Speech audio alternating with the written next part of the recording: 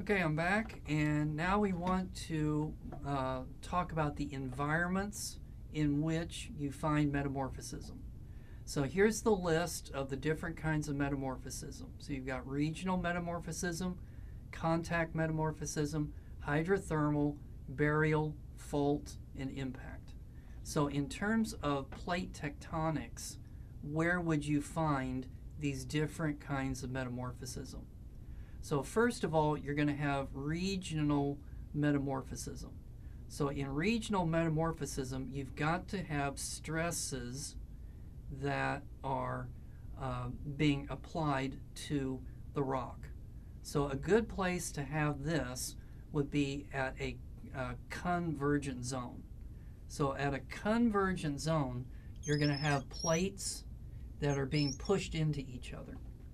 Now this could be an example of this could be a continental collision pushing up mountains. So mountain building is going to be associated with regional metamorphism. You could also have situations where you have a subduction zone. And so in the case of a subduction zone, again, you're going to have these plates colliding, and that can produce the regional metamorphism. Okay, what about the contact metamorphism? So in the contact metamorphism, you're going to need to have a magma body that is intruding into pre-existing rocks. So that could occur like right here, where this plate is melting and then it's coming back up to the surface to make a volcano. So if this magma body here is going through other rocks, then those other rocks could be metamorphosized. You could also have this at a hot spot where you've got a blob of magma and sending up material up to the surface. You could also have this at a divergent zone. So at a divergent zone, you've got two plates, and then this time the two plates are moving away from each other, and then material from the asthenosphere is filling in the crack. And so here's your hot material, and it can bake the rocks that it's going up through, and it could metamorphosize them. Okay, what about the hydrothermal? So you need, again, hot water to make hydrothermal metamorphism. So that would be a divergent zone. But we also saw examples of that, like a hot spot under Yellowstone National Park, where you've got hot water that's being heated up by this underground magma chamber, and that can also cause metamorphism. Okay, what about burial metamorphism? Well, that can really occur anywhere. So if you've got rocks that are being buried, and then the weight of the material on top of it can compact it together and it can metamorphosize it. What about fault metamorphism? Well, you need a fault for that. So we've talked about where plates slide past each other. So that's a transform fault. So any place that there's faulting going on, where you've got one rock going one way and another rock going another way, in between you could have the fault metamorphism. And then impact metamorphism can occur anywhere. So any place that an asteroid could impact with the Earth could cause impact metamorphism. So what are some metamorphic features? So we talked about igneous features, we talked about sedimentary features. What about metamorphic features? Well, we've already talked about foliation. So how minerals can reorient themselves and can flatten out, and so that would be examples of foliation in slate and gneiss. Another thing that can happen is that the minerals can be flattened. So originally the minerals might have been shaped like this, but then due to stresses acting on it, then now the minerals are more like that. Okay, flattened minerals.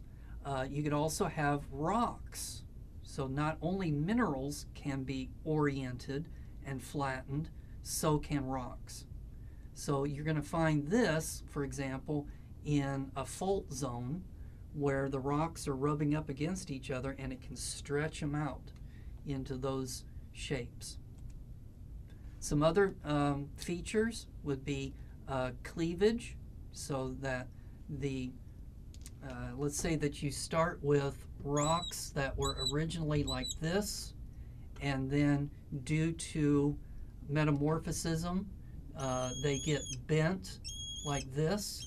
Well, then that's going to cause cracks to appear like this in it, and then those cracks is going to be called rock cleavage. Another thing that can happen is these original beds can be bent, and then you can see the original beds in it. So preserved bedding. And then sometimes in a fault zone where the rocks are sliding past each other, the rocks can be smeared out, and so that's a shear zone, and that shows what happens to those rocks as they have been slid past each other. Okay, what do metamorphic rocks tell you about their environment? So there are certain minerals that like certain pressures and temperatures. And similarly, there are certain metamorphic rocks that like certain pressures and certain temperatures. So those minerals are going to be called index minerals. And then when they turn into a metamorphic rock, you have index metamorphic rocks. So that we already showed an example of this. So if we go back up to here where we were talking about regional metamorphism, and we said that low-grade metamorphism made slate, and then higher-grade metamorphism made phyllite, and then higher-grade metamorphism made schist, and then the highest temperatures and pressures made gneiss. So these would be considered metamorphic index rocks. And you can do the same thing with the minerals, that certain minerals like certain pressure and temperature conditions.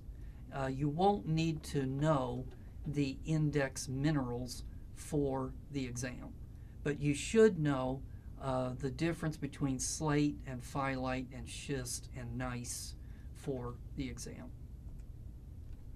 So here is our metamorphic summary. So I showed you one for igneous rocks, I showed you one for sedimentary rocks, and then finally here's the one for metamorphic rocks.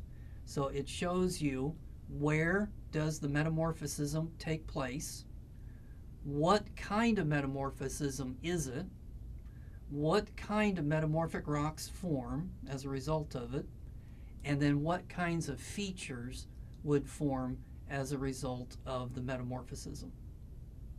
And so that concludes our review of metamorphic rocks. So I've just got one more video here to show you, and that is going to be for the final lesson, which is going to be on how one kind of rock changes into another kind of rock. So I'll see you in just a minute.